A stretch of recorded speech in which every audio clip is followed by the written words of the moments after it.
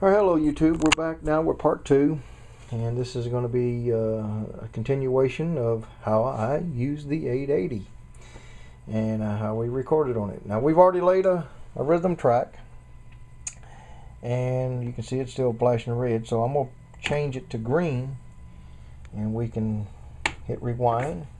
We hit play, and we should see if we got a recording here. There it is. So we did record something. Go back to the beginning. Now we are going to go down here to the drum machine, and I've also added another wire now from the right out to input 2, and I'm gonna skip the track 2, and I'm gonna go and record my drums now. We're gonna do the drum tracks on tracks 3 and 4. So wait a minute, now you got the inputs into 1 and 2. How are you going to do that? Shouldn't you have them in 3 and 4? Well, you could, but you don't have to. Just like any board, any recording studio, they have what they call as a patch bay, where they can assign different inputs to different channels, different tracks. This thing has a built-in patch bay. You can do the same thing. What you got, input 1 and input 2, and you want to record to any one of these channels, you can record one input to every last one of these channels at once. As far as that goes, how you do it? Well, I've said this before.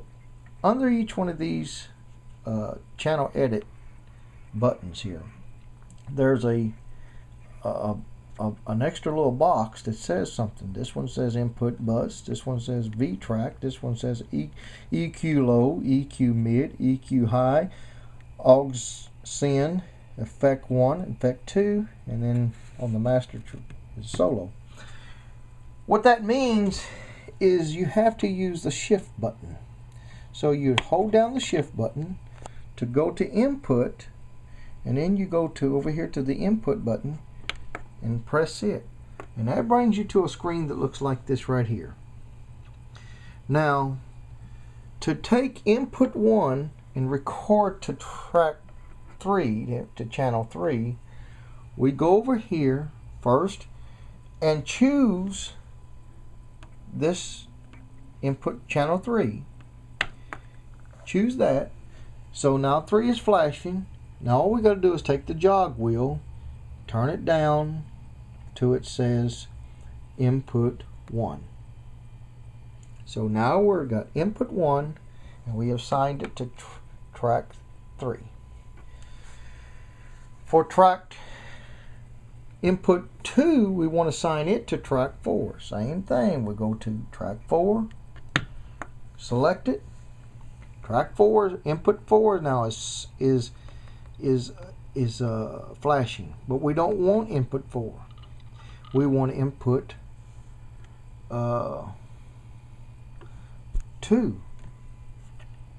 So we scroll it down till it says input 2. Now input 1 is going to record on track 3, and input 2 is going to record on track 4. And that's all we have to do. We hit the exit button, which is the play button, take you back to the play window. And now we're ready, set up to record drums. Now what we got to do the setup for the drum machine. Okay, let's see. We're still in amp simulator. Okay, well, we got to find a pattern. So same thing, you got a shift button on this one, so you go shift PTN. That gets you into the pattern modes. And now what I do, there's one that I like, and if I can find this, country, and I say country 14. Now what you got to do also now is you got to select the track, because right now it's in track 1. So right here you hit this button here till you see, say, track 2, track 3, drums. That's all we have to worry about now. Now the thing will absolutely just play drums, and we'll get some levels. I'll pull them up about halfway, and you should be be able to hear some drums. Okay, now what we're going to do, we're going to lay down the drums, but now I need some better levels than that, you know. So we're going to get up here until I see some. We're going to pull these right on up. That looks pretty good right there. Okay, when I get back, I'll show you. I'm thinking about, well, I was going to maybe go ahead. I'll get back. I'll show you what I did. We're going to record the drums. All right, we're back now. I'm going to put the tracks 3 and 4 in record status. I just hit until you see the red lights. You'll see the red lights on the flashing right there. And then we'll go right down here to. But before we do that, I've already done rehearsed. I'm going to put it back in place so I can see my levels. They're pretty good. So I guess it's time to get ready to start playing some music, some drums. So I'll get it record ready, rewind her back, and now here we go. We're going to record.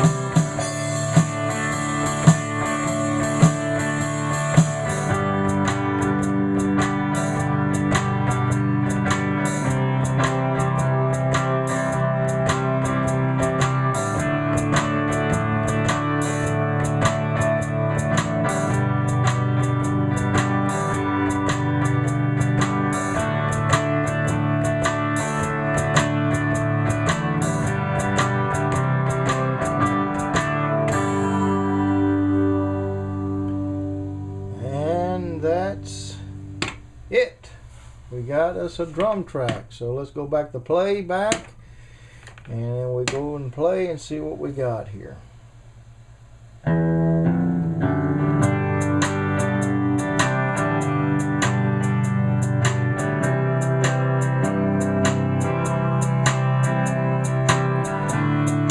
So it sounds like we got some drums.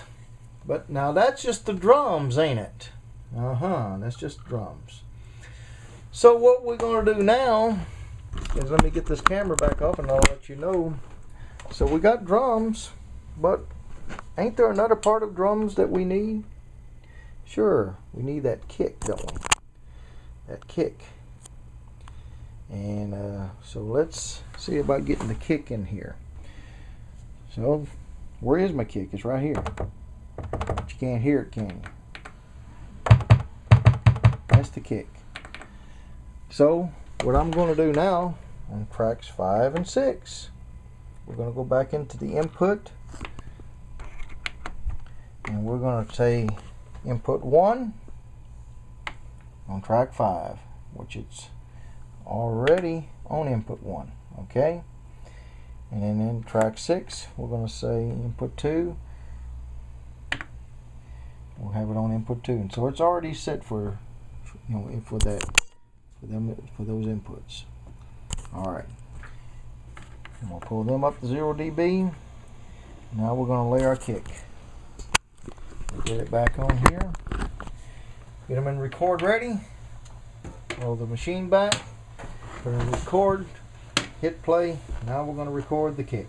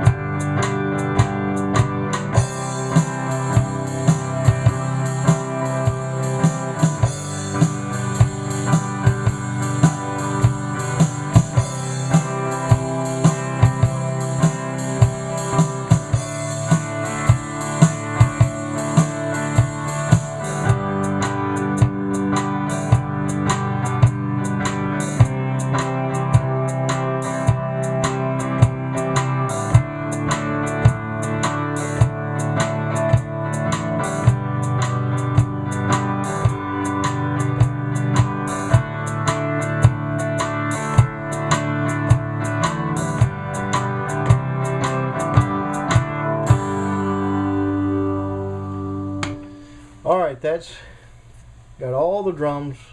Go back and play back. Run it back and see if we got anything.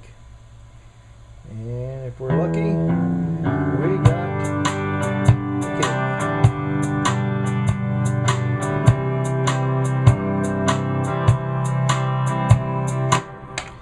kick. Okay, part 3 is going to be the bass guitar and a bounce down.